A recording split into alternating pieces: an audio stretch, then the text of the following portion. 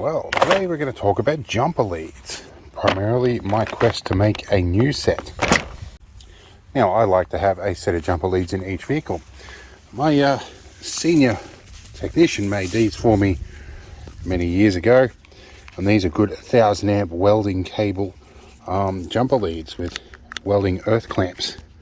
Today I went and found some more cable that's quite hefty and had some ends crimped on it. And these also have a good earth strap. So hopefully I can clone these leads.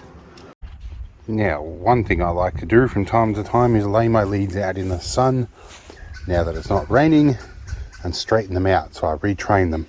Okay, so now comes the fun part. Tinning the ends. They're a bit straighter than they were before, having sat out in the sun. Now, this is not strictly a necessary step, but it's something I like to do, being as these are likely to be in a less than ideal situation. They could be in the wet or the water, or being as we are semi-coastal, there's potentially they might get a dose of salt water. Every time I do this, people give me comments about, oh, but what about the corrosion and what are you going to do and you'll have no plugs left? Now, I'm using a flux core solder. I'm not using an acid flux. So if you use acid flux, yes, you can get corrosion, but you'll actually find marine grade wire is actually tinned.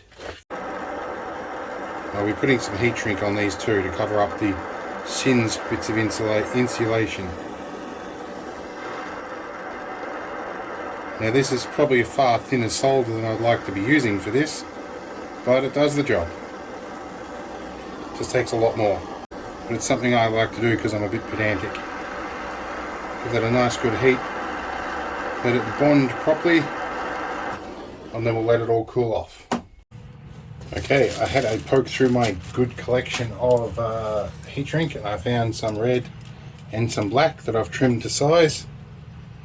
This is almost warm enough to touch. We're going to start with the cool lead first, but I do not think these things are ever coming off. We'll be cutting them off before we take them off. Now, we've got black for negative, and we'll heat shrink this up. Okay. Alright, I had to do a bit of scrounging, but I found my King Chrome set. We should have a 13 in here. Right.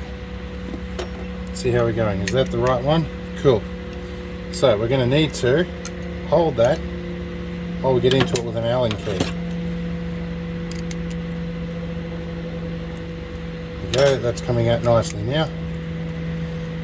Just want that nut to fall off. You know, I'd rather my nuts not fall off, but you know, in this case it is preferable. Find a black one here. There's our terminal. This guy here. Oh, may have to take a bit of a run up to fit this one in. We'll see how we go. I'm going to probably have to grind that down, but can we finagle it in? Give me a few minutes off camera, I'll see if I can find a solution. Now, sorry about the background noise, neighbours are still chipping trees. Anyway, I did work this out, it didn't take long once the camera was off. I had to slip this bit out, I had to slide this in along the bottom under here till it lined up, and we'll get our nut and bolt through, and we can probably get our washer and everything else on the top as well. Get that all through. You can probably start to see the bolt is coming through nicely in there. So now we chuck washer, spring washer and our nut back on, and we'll commence tightening. Alright, so now's where we stop for a moment and we consider the words of my emergency management qualified senior advisor, who says that disaster's not one big event, they're a chain of little events. And at this point, there's an idiot moment that you can have here that if you don't get it right, you'll end up complicating your situation massively. That is making sure we get the right plugs on the right leads. So we are going to check 100% that we have red on both ends of a single lead. Remove that away entirely.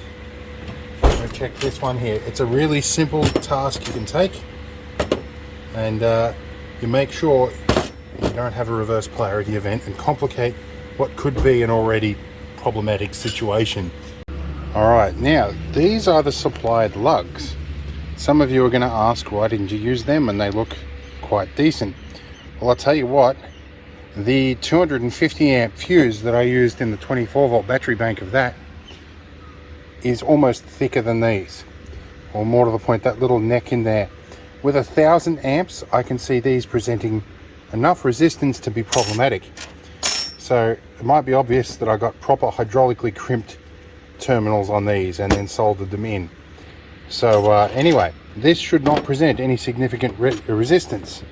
They are about 1/2 meter shorter than my other ones. These are about 2 meters instead of 2.5, but this was already 250 bucks worth of stuff with my business discount, I guess you could call it. My local J-Car shop are very friendly to me and look after me, and definitely prefer me to give them a shout out, so I will. In the comments there's a link to their store if you want to buy anything from them, because they did look after me definitely on this price. So we're going to pack these away, and I might take them around to my senior technician's place and get him to do a resistance check on them, but I think they're pretty decent as they are. In any case, I hope it was an interesting one and a good little tutorial on how to do your cables. See you in the next one, guys.